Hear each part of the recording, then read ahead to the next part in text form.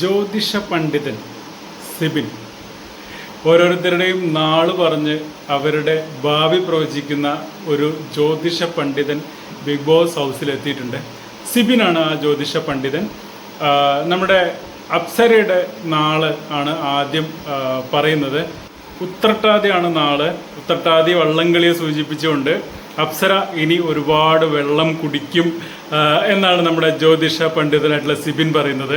അതേപോലെ തന്നെ ശ്രീധുവിൻ്റെ നാള് അനീഴമാണ്. അനീഴമായതുകൊണ്ട് തന്നെ ഒരുപാട് ഇഴയേണ്ടി വരുമെന്ന് പറയുന്നുണ്ട്. അടുത്ത് നമ്മുടെ അൻസിബയുടെ അടുത്തേക്കാണ് വരുന്നത്. അൻസിബയെ കുറിച്ച് പറഞ്ഞപ്പോൾ തന്നെ നമ്മുടെ ലാലേട്ടനും അൻസിബ അഭിനയിച്ച ഏറ്റവും ഹിറ്റായിട്ടുള്ള സിനിമയുടെ കഥാപാത്രങ്ങളെയാണ് സിബിൻ അവിടെ കടമെടുത്തിട്ടുള്ളത്.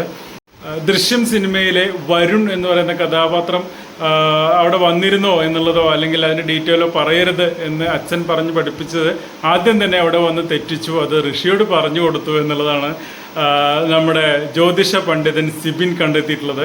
എന്തായാലും ഇന്നത്തെ എപ്പിസോഡിലും സിബിൻ സ്കോർ ചെയ്യും എന്നുള്ളത് തന്നെയാണ് നമ്മുടെ ഈ പ്രൊമോയിൽ നിന്ന് മനസ്സിലാവുന്നത്.